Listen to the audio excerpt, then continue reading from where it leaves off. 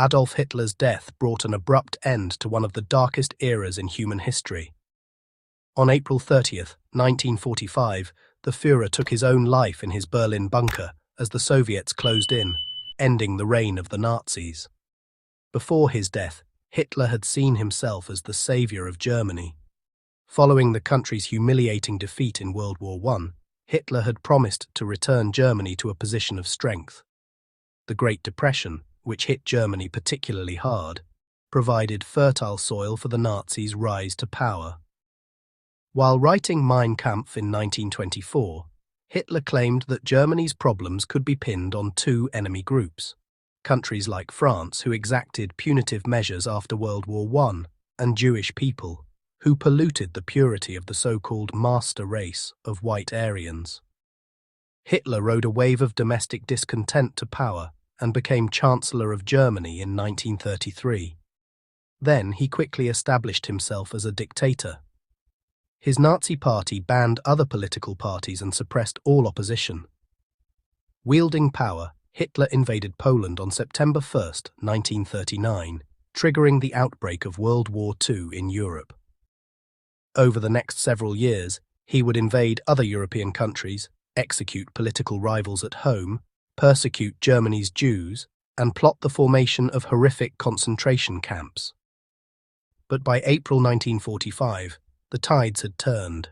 Germany was mere weeks away from defeat, and Adolf Hitler's death was just around the corner. In 1945, Germany was on its knees, and few were surprised.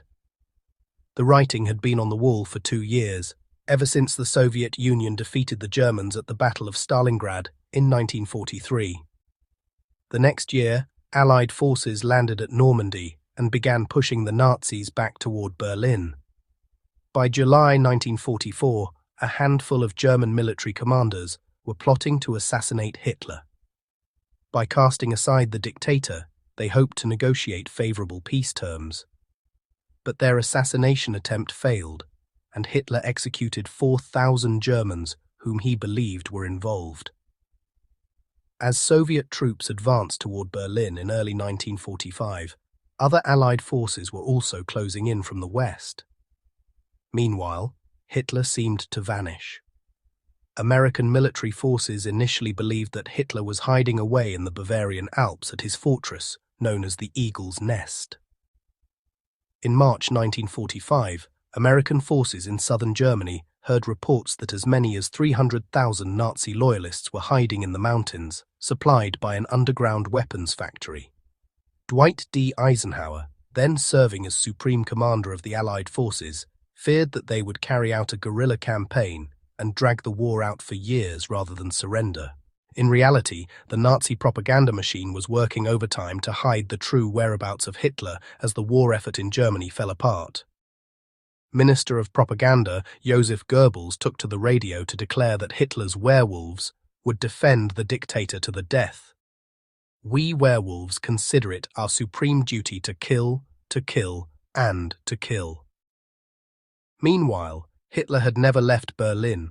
He had been hiding in his bunker for most of 1945. When Allied forces captured Wehrmacht officer Kurt Dittmar, he revealed that the Führer was still in Berlin. Eerily, he also predicted how Hitler would die. Hitler will either be killed there or commit suicide. In the coming days, Dittmar's conjecture would prove to be true. With the Red Army storming in from the east and other Allied forces moving in from the west, Adolf Hitler realized the war was lost. On January 16, 1945, Hitler retreated to his underground bunker, which stood more than 50 feet below the Chancellery in Berlin. Known as the Führer bunker, the 2,700-square-foot shelter had a well to provide fresh water and generators to supply electricity. From this hideaway, surrounded by luxurious furniture and expensive paintings, Hitler directed the war from underground. The reinforced concrete bunker withstood Allied bombing raids and protected Hitler and other important Nazi leaders like Joseph Goebbels. But it didn't protect Hitler from other issues, like poor health and early aging. After years of warfare, Hitler's hair had turned grey. A tremor appeared on his left side, and his eyesight had grown poor. Just 55, Hitler appeared much older. However, his appearance was soon the least of his concerns. By April 1945, the Wehrmacht had collapsed. The Red Army reached Berlin with a force of 2.5 million soldiers, who were hungry to hunt down the man who was responsible for so much suffering. The end had finally come. Adolf Hitler dismissed the idea of trying to escape as Soviet troops entered Berlin. He feared capture more than death, especially since he had heard a rumor that the Soviets wanted to lock him in a cage and parade him through Berlin. The humiliation was more than he could bear.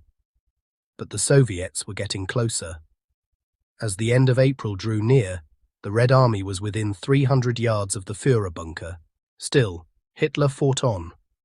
He ordered German troops to fight to the death, issuing orders from the Führer bunker that promised a death sentence for any military commanders who retreated from the Soviet advance.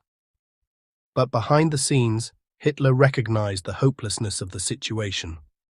On April 22nd, Hitler called two of his secretaries, Christa Schröder and Johanna Wolff, into his office. He received us in his room looking tired, pale, and listless, Schröder reported. Hitler told his secretaries, "Over the last 4 days, the situation has changed to such an extent that I find myself forced to disperse my staff. As you are the longest serving, you will go first. In an hour, a car leaves for Munich." Privately, the Führer began to put his affairs in order. But just before Hitler's death, he decided to marry his longtime mistress, Eva Braun. One day before Adolf Hitler died, the Führer decided it was time to get married. On April 29, 1945, he wed Eva Braun, his mistress of 16 years. Braun and Hitler had first met in 1929, when 17-year-old Braun was working in a Munich photography studio. Braun described the leader of the Nazi Party as a gentleman of a certain age with a funny mustache. Throughout their 16 years together, Hitler hid his relationship with Braun from the outside world. But she was still devoted to him. When Hitler survived an assassination attempt in 1944, Braun vowed, "From our first meeting I swore to follow you anywhere, even unto death. I live only for your love." Braun joined Hitler in his bunker in April 1945. With the Red Army steps away, the two exchanged wedding vows underground. Before their wedding, Hitler had initially ordered Braun to leave, but she refused and promised fidelity to him until the end. This wasn't surprising, especially since Braun had once told her friends, "Better that 10,000 others die than he be lost to Germany." Braun would follow Hitler anywhere, even into death. With Braun by his side, Adolf Hitler learned about Benito Mussolini's execution and how his corpse was defiled by angry citizens. Vowing to avoid the same fate, the Nazi dictator was determined to die on his own terms. He would die by suicide, and his remains would be burned. On April 29th, Hitler began preparing for his death. He ordered his bodyguards to destroy his personal papers. He also told a doctor to test a cyanide capsule out on his beloved dog Blondie to make sure it worked. Not only would killing her confirm the pill's efficacy for Hitler's suicide, but it would also ensure that Blondie would not fall into the hands of the Soviets after Hitler was gone. Still, after the dog died, Hitler was inconsolable. The next morning, April 30th, a staff member overheard Braun crying, "I would rather die here. I do not want to escape." By that point, escape would have been nearly impossible anyway. The Red Army was nearly on top of the Führer bunker. Hitler ate his final meal, pasta with tomato sauce, as Goebbels tried to convince the Führer not to kill himself. "Doctor, you know my decision," Hitler said to Goebbels. "There is no change. You can, of course, leave Berlin with your family." Goebbels would not, and neither would his family. Not long after Hitler's suicide, Goebbels and his wife would kill themselves, and their own children as well. Hitler assembled his personal staff and shook everyone's hand. Braun also said her goodbyes. "Please do try to get out. You may yet make your way through. And give Bavaria my love." While misinformation would later be spread about how Adolf Hitler died, He made no secret of his plans to end his own life.